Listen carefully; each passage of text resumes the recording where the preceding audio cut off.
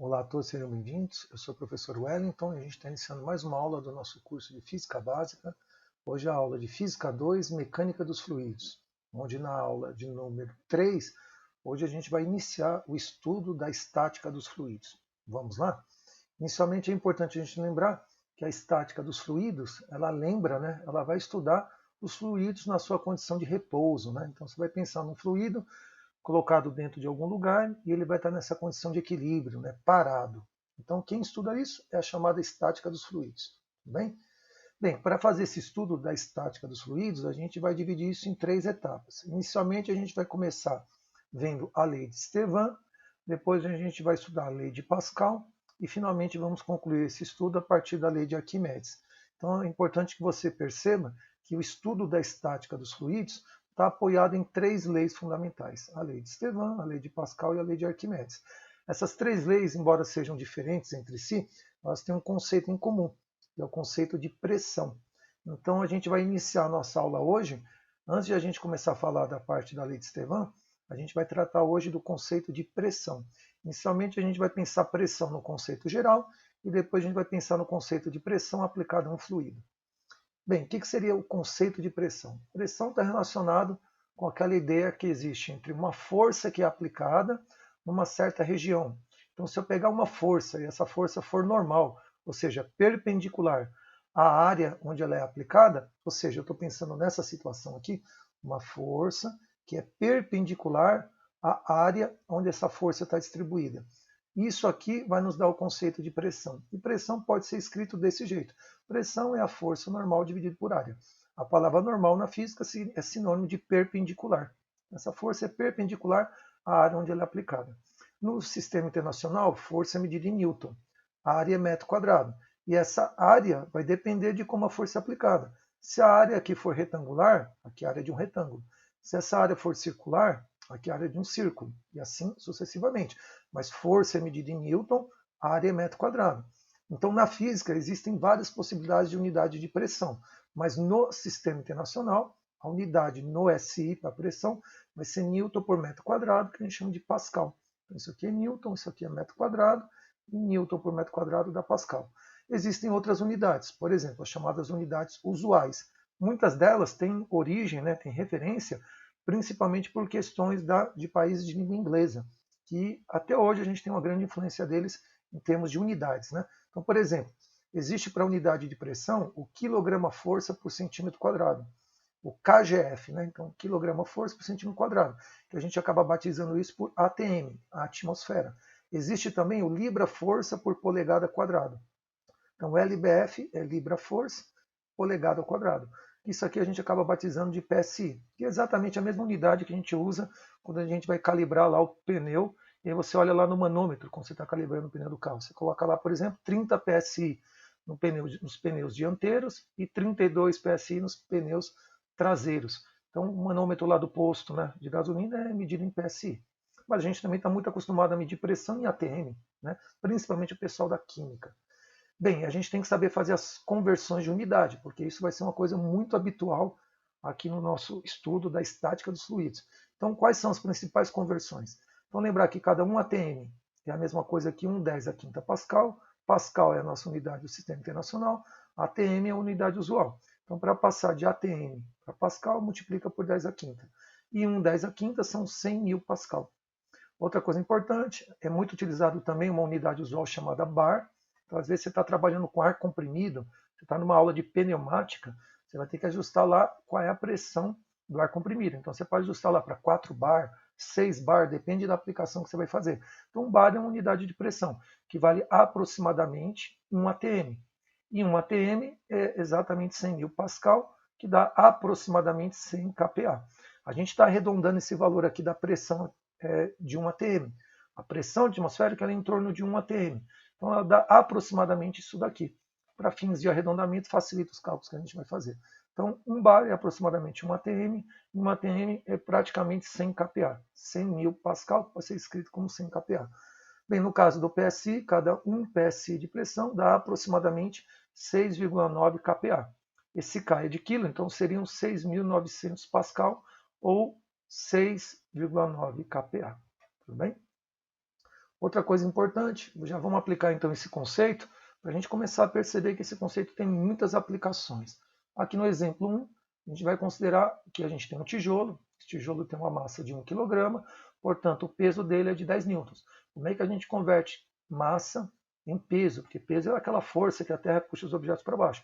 É só pegar aqui a massa e multiplicar pela gravidade, ou seja, peso é m vezes g. A massa é 1 kg, a gravidade aqui na Terra a gente considera aproximadamente 10, então 1 vezes 10 vai dar um peso de 10 newtons. Esse tijolo ele é puxado pela Terra para baixo, verticalmente, com essa força de 10 newtons. E ele é apoiado numa superfície de duas maneiras diferentes. Primeiramente, ele é apoiado dessa forma. Então aqui eu tenho 10 newtons distribuídos nessa área, de 0,4 metros quadrados. Aqui a gente calcular a pressão. Então o que é pressão nessa primeira situação? Então, P1 é a pressão na primeira situação. Aqui vai ser o peso do tijolo, que são 10 newtons aqui, dividido pela área de aplicação, que aqui é 0,4 metros quadrados. 0,4 metros quadrados. Então, ficou 10 newtons dividido por 0,4 metros quadrados. 10 dividido por 0,4 vai dar 25 newton por metro quadrado. Newton por metro quadrado. Então, um tijolo colocado desse jeito, apoiado nessa área, ele vai exercer essa pressão de 25 newtons por metro quadrado. E se nós colocássemos esse tijolo dessa maneira agora? Você percebe que eu mudei agora a face onde ele está apoiado. Como eu mudei a face, mudou aqui a área. Aqui era 0,4, agora a área ficou metade dela, né? Então ficou 0,2 metros quadrados. Só que o peso é o mesmo. Então esse peso está distribuído nessa área. Então o peso, né, a pressão agora, né, nessa segunda situação, a pressão na segunda situação vai ser o peso do tijolo, que são os 10 newtons, dividido pela área onde ele está distribuído, no caso 0,2 metros quadrados. 10 dividido por 0,2 vai dar 50 newton metro quadrado. Aqui a gente está trabalhando no sistema internacional. Então você percebe que daqui para cá a área caiu pela metade, mas a pressão aumentou, ela dobrou. Então daqui a gente já tira uma conclusão que pressão e área são inversamente proporcionais. Quando a área diminui, a pressão aumenta. Exatamente nessa proporção. Uma vez que a área 1 é o dobro da área 2, então a área 1 é o dobro da área 2, essa pressão aqui vai ser maior. A pressão 2 vai ser o dobro da pressão 1, porque são inversamente proporcionais. Traduzindo, onde a área é menor, então nesse caso aqui, onde a área é menor, a pressão se torna maior. Isso é muito útil, né, essa ideia de que essas grandezas são inversamente proporcionais, para a gente analisar essa situação aqui, pressão versus área. Então, nas situações que nós temos aqui, nós temos dois calçados. Então, a gente tem aqui uma moça andando num salto alto, ou seja, o calçado dela, né? Um salto alto. E aí você percebe que aqui a área é bem pequenininha aqui, né, do salto alto. E aqui você tem uma pessoa andando na neve, com esse calçado aqui que é tipo raquete, né? E aí você percebe que aqui a área, né? Aqui onde o peso da pessoa vai estar distribuído é uma área bem grande. Aqui o peso da pessoa vai estar distribuído numa área pequenininha. Então a pergunta é, qual é o calçado, né, que produz uma pressão maior? Então, qual calçado produz uma pressão maior? Bem, lembrando que pressão e área, né, são inversamente proporcionais, então onde a área é pequenininha, eu vou ter uma pressão maior. E onde a área é grande, a gente vai ter, consequentemente, uma pressão menor. Então, essa pessoa aqui, andando com um calçado desse na neve, como aqui a pressão é pequena sobre a neve, ela não vai afundar. Né? Se essa pessoa tentasse, né, se arriscasse, né, a andar com um calçado desse na neve, certamente ele ia afundar, porque aqui você tem uma área pequena, vai gerar uma pressão grande na neve e, portanto, vai afundar. Então, lembrando, né, que o salto tem uma área pequena, a área dele é menor, portanto, ele exerce uma pressão maior. Então, a área é menor, a pressão é maior. Lembrando que são inversamente proporcionais. Então, o calçado, né, tipo raquete, ele, como tem uma área grande, ele distribui o peso, diminuindo a pressão. Ok? Uma outra coisa importante agora que a gente já sabe qual é o conceito de pressão, que é força dividido por área, a gente pode aplicar isso agora para a condição de um fluido. E aqui a gente vai tratar de um fluido líquido. Então vamos pensar, até para facilitar a discussão, vamos pensar em água. Vamos pegar uma quantidade de água, colocá-la dentro de um recipiente e a água vai permanecer lá em repouso, parada. Então eu quero determinar qual é a pressão da coluna de líquido, ou seja, a coluna de água, quando ela estiver paradinha dentro de um recipiente. Então eu estou pensando nessa situação. Vamos considerar aqui uma coluna H de um líquido, por exemplo, a água. A água, a gente vai considerar que a densidade dela é constante e que ela se encontra na condição de repouso. Mas isso vale para qualquer líquido, tá? Poderia ser álcool, poderia ser glicerina, poderia ser gasolina, qualquer fluido, tudo bem? Nesse caso aqui, a gente está pensando da seguinte maneira: a densidade aqui do fluido é constante, e aqui eu tenho uma altura de coluna, e esse fluido aqui está parado. Então vamos pensar em água, né, que até facilita. Então pergunta, qual é a pressão que essa quantidade de água, ou seja, que essa coluna de água, está fazendo aqui no fundo do recipiente que tem essa área? Para a gente determinar essa pressão, a gente sabe que pressão é força dividido por área. No caso aqui, essa força que está aplicada aqui no fundo é o peso desse líquido. Então é o peso do líquido. A força aplicada na área aqui do fundo do recipiente é o peso do líquido. Então a força é o peso. Peso é massa vezes gravidade. E como é que a gente escreve o volume de água que está aqui? O volume de água está aqui é a área da base multiplicada pela altura da coluna. Então, se eu quiser saber a área é pegar o volume da água e dividir pela altura da coluna. Esse dividido por esse dá área. Volume é metro cúbico. A altura da coluna é metro. Metro cúbico dividido por metro vai dar área, que é metro quadrado. Se a gente pegar esse H que está aqui e jogar lá para cima, isso aqui pode ser escrito assim, mgh, como está aqui. Então, H foi lá para cima, dividido por V. Só que M dividido por V, massa por volume, é a densidade do líquido que está contido dentro desse recipiente. Então, eu troquei M dividido por V por densidade, que é a letrinha grega ρ. Então, a pressão que esse líquido em repouso exerce aqui no fundo do recipiente, a pressão que ele vai fazer aqui no fundo, devido a essa altura de coluna, a pressão só depende da densidade do líquido, da gravidade do local e da altura da coluna.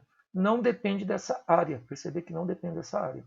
Vai depender única e exclusivamente de qual fluido está aqui, ou seja, da sua densidade e da altura da coluna.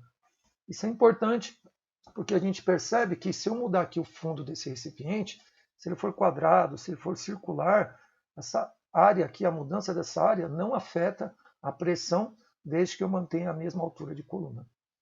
Então, a gente pode pensar que isso daqui é a pressão de uma coluna, ρGH. E aqui, para não ficar nenhuma dúvida, a questão das unidades, né, a gente já vai ver, mas conforme eu disse, se você aumentar a altura da coluna, aumenta a pressão da coluna, aqui no fundo. Então, são diretamente proporcionais. Maior altura de coluna, maior pressão. No caso aqui, as unidades de medida que nós usamos, a densidade no sistema internacional, a densidade do fluido é quilograma por metro cúbico. O G é a aceleração da gravidade, que aqui na Terra vale aproximadamente 10 metros por segundo quadrado. O H é a altura da coluna, essa altura aqui da coluna. Eu posso também pensar como profundidade. Se eu tivesse aqui em cima e eu começasse a afundar aqui, conforme eu for descendo, eu vou aumentando a profundidade dessa coluna. Então eu posso entender como altura da coluna a profundidade em outras situações, medida em metros. E aí, quando a gente executar essa continha, eu vou descobrir a pressão da coluna, e a pressão da coluna vai ser Newton por metro quadrado, que é a mesma coisa que Pascal. Então, usadas essas unidades, a unidade oficial é do Sistema Internacional, Newton por metro quadrado, que é Pascal. Tudo bem? Vamos fazer aqui uma aplicação simples, aqui nesse exercício da piscina com água. Então, considere que você tem aqui uma piscina de fundo, né, plano horizontal, e que tem essas medidas. 25 metros de comprimento por 10 metros de largura. É uma piscina semiolímpica, né? Então seria essa situação aqui, ó. Uma piscina que tem aqui um comprimento de 25 metros por 10 de largura. E aqui está preenchida completamente com água. Quando eu preencho ela com água, a água exerce aqui no fundo aqui da piscina essa força, de 4,5 10 a sexta newton, conforme está dito aqui. Então a pergunta é, qual deve ser a altura da coluna de água que vai produzir essa força? Tudo bem? Aqui no fundo da piscina. Bem, o que é dado para nós? A densidade da água, que é 1/10 ao cubo quilograma por metro cúbico. Isso aqui é a densidade da água. Quando eu falo água, é água pura, né? Não é água da torneira. A água da torneira é potável, isso aqui é água pura. Então, aproximadamente 1/10 ao cubo quilograma metro cúbico. Tudo bem? A gravidade da Terra, 10 metros por segundo ao quadrado. Então, nessa condição aqui, a gente quer saber quanto vale a pressão que eu vou ter aqui no fundo. Então, fazendo aqui a continha, o que a gente vai ter que usar? Aquela definição de área primeiro, para calcular a área aqui do fundo da piscina. A área do fundo da piscina é comprimento vezes largura. Comprimento 25 metros, largura 10 metros, 25 metros vezes 10 metros vai dar 250 metros quadrados. 25 vezes 10 dá 250. metro vezes metro vai dar metro quadrado. Vamos passar para a notação científica. Anda aqui duas casas, ó. Uma, duas. Se a vírgula parar aqui, vai dar 2,5, 10 ao quadrado, metro quadrado. Bem, qual é a pressão que tem aqui no fundo? É só você pegar a força que está aplicada pela água e dividir por essa área aqui. Então, pressão é força dividido por área. A força, 4,5, 10 a sexta, foi dado no enunciado, aqui está em Newton. A área, 2,5, 10 ao quadrado, metro quadrado, nós calculamos. 4,5 dividido por 2,5 vai dar 1,8. 10 a sexta dividido por 10 ao quadrado, mantém a base, subtrai o expoente de cima do de baixo. 6 menos 2 vai dar 4. E aqui a unidade é Newton por metro quadrado. Newton por metro quadrado também poderíamos ter colocado como Pascal. Então essa é a pressão que eu tenho aqui no fundo por conta da água. Só que essa pressão ela está associada a uma altura de coluna de água, que é isso que a gente vai descobrir. Então vamos calcular. Qual é a altura da coluna de água? Agora a gente aplica a definição. Qual é a pressão de uma coluna? A pressão de uma coluna é ρgH. E o H é a pergunta. Então vamos pegar aqui o ρg que está multiplicando e vamos passar dividindo. Passamos dividindo. Então ficou pressão dividido por ρg. Isso vai dar a altura da coluna. A pressão nós calculamos na tela anterior, deu 1,810 a quarta. A densidade da água está aqui, ó, 1,10 ao cubo. 1,10 ao cubo. E a gravidade da Terra, que a gente vai precisar aqui, ó, o G é 10. Então aqui vai ficar 10 a quarta. 10 ao cubo com 10 dá 10 a quarta, então cancela esse 10 a quarta com esse 10 a quarta embaixo. Sobrou 1,8 dividido por 1, que dá 1,8 metros.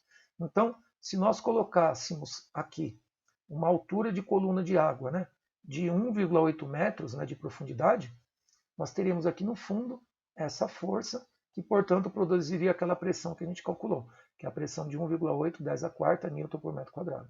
Tudo bem? E essa foi a nossa aula 3 de estática dos fluidos, onde a gente viu o conceito de pressão, conceito geral, e o conceito de pressão de uma coluna. Aguardo vocês para a continuação da próxima aula. Até breve.